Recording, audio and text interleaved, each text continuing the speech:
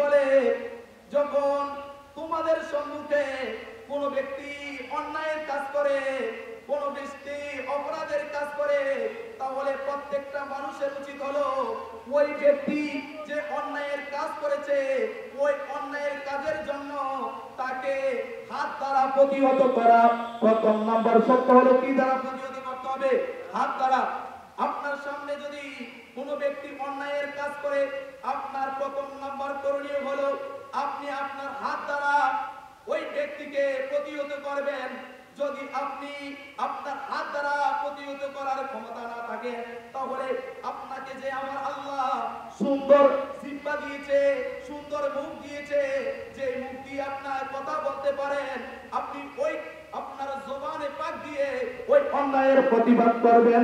আমরা কি আমাদের জবানে পাক দিয়ে অন্যায়ের প্রতিবাদ করতে পারবো কিনা? সম্মানিত হাজির, প্রথম নাম্বার হচ্ছে হাত দ্বারা প্রতিবাদ করার কথা। যেহেতু অনেক সময় দেখা যায় আমাদের মাঝে আমরা হাত দ্বারা প্রতিবাদ করতে পারি নাই, তখন আমরা কি করব? আমরা আমাদের মুখ দ্বারা প্রতিবাদ করব। যখন দেখবেন মুখ দ্বারা প্রতিবাদ করা যাচ্ছে না, যদি মুখ দ্বারা প্রতিবাদ করেন তাহলে বিশাল সমস্যা হয়ে যাবে।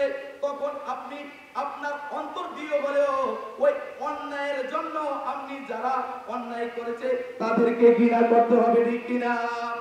সেটা হলো, এটাকে বলে আমিলে সালিহা, এটাই হচ্ছে নেককার মানুষের কাজ। সম্মানিত হাজিরিন, আমার ভাইরা, বন্ধুরা, বাবারা, গভীর মনোযোগ। সংখ্যায় কম হলো সমস্যা নাই, কিন্তু মনোযোগ দিলে একজন মানুষ যদি এই আলোচনা শুনে নিজেকে যদি পরিবর্তন করতে পারে, সেটাই আমার আল্লাহর দরবারে কবুল, ঠিক কিনা? সম্মানিত হাজিরিন, এই জন্যই আমার ভাইরা, আল্লাহর প্যারা হাবিব সরকারে মদিনা দু জাহানের বাদশা নবী ইরশাদ ফরমান, আমার নবী বলেন, যদি কোনো ব্যক্তি কোনো অন্যায় কাজ করে তাহলে ওই ব্যক্তিকে আমাদেরকে প্রতিহত করতে হবে। প্যারা রাসূল সাল্লাল্লাহু আলাইহি ওয়াসাল্লাম নিজের জবানে পাক থেকে ইরশাদ করেন, কোন ব্যক্তি যদি কোন ব্যক্তিকে ভালো কাজের আদেশ করে আর অপর ব্যক্তি যদি তার কথা শুনে ভালো কাজ করে, আমার আল্লাহ ওই ব্যক্তির আমলনামার মধ্যে যেহেতু তার কথা শুনে সে ভালো কাজ করেছে, সে ভালো কাজ করার কারণে যেটুকু সওয়াব পাবে, আর যিনি আদেশ দিয়েছেন ভালো কাজ করার জন্য, আমার আল্লাহ ওই আদেশের কারণে ওই ব্যক্তিকেও সমান সওয়াব দান করবেন। বলুন না সুবহানাল্লাহ।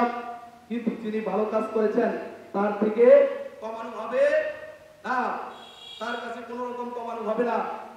যিনি ভালো কাজ করেছেন তার তো সওয়াব হবে, আর যিনি আদেশ দিয়েছেন ভালো কাজ করার জন্য, নির্দেশ দিয়েছেন, পরামর্শ দিয়েছেন, সে যেন ভালো কাজ করে, এই ভালো কাজ করার জন্য আমার আল্লাহ নির্দেশনা দিয়েছেন, সে যদি ভালো কাজ করে তাহলে সেই যা সওয়াব পাবে ওই ব্যক্তিও তার সওয়াব পাবে।